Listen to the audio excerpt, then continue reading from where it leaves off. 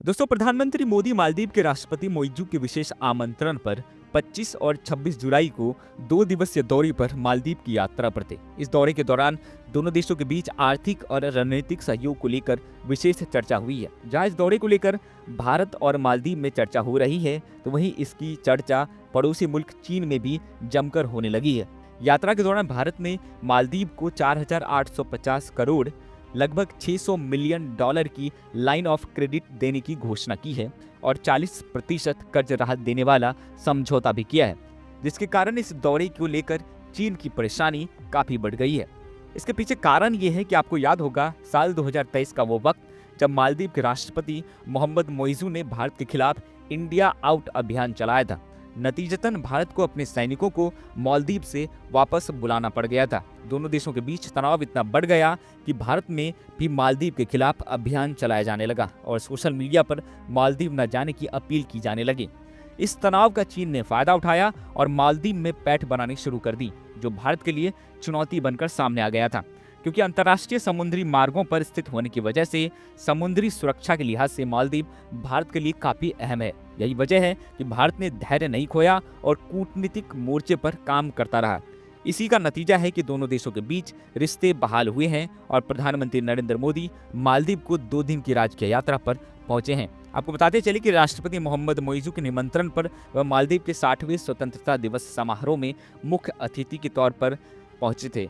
ये यात्रा भारत मालदीव संबंधों में एक अहम पल माना जा रहा है। पीएम मोदी की मालदीव यात्रा सियासी बयानबाजी, सैन्य तनाव और भू राजनीतिक प्राथमिकताओं में बदलाव के बाद संबंधों के फिर से सामान्य होने की झलक के तौर पर देखी जा रही है। वहीं आपको बताते चले कि नवंबर 2023 में जब मोइज़ू मालदीव की सत्ता में चुनकर आए, तो इसने नई दिल्ली की चिंताएं बढ़ा दी थी। कूटनीतिक गलियारों में लगा कि मालदीव चीन की ओर झुक जाएगा। मोइज़ू ने भारत से पहले तुर्की और चीन का दौरा किया। उन्होंने भारत पर धमकाने का आरोप भी लगाया था। साथ ही जब मालदीव के अधिकारियों द्वारा प्रधानमंत्री मोदी के खिलाफ अपमानजनक टिप्पणियां की गई, तब भी राष्ट्रपति मोइज़ू ने उन पर कोई कार्रवाई नहीं की। आपको याद होगा, जनवरी 2024 में 3 मंत्रियों ने सोशल मीडिया पर प्रधानमंत्री मोदी पर व्यक्तिगत हमले किए। इससे भारत में बहुत गुस्सा आया और लोगों ने मालदीव के पर्यटन का बहिष्कार करने की मांग की।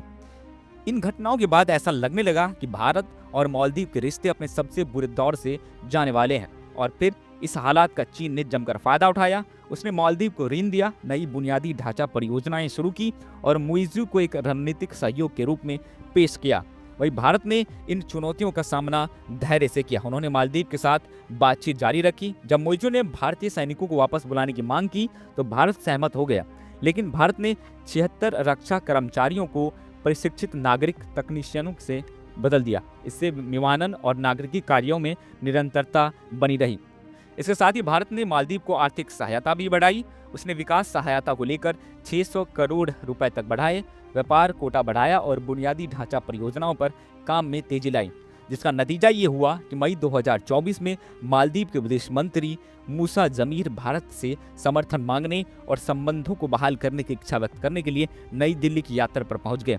अब ऐसे में प्रधानमंत्री मोदी जिस तरह से मालदीव की स्वतंत्रता दिवस समारोह में विशेष अतिथि के रूप में शामिल हुए हैं, ये भारत और मालदीव के बीच रिश्तों के अगले चरण के रूप में देखे जा रहे हैं।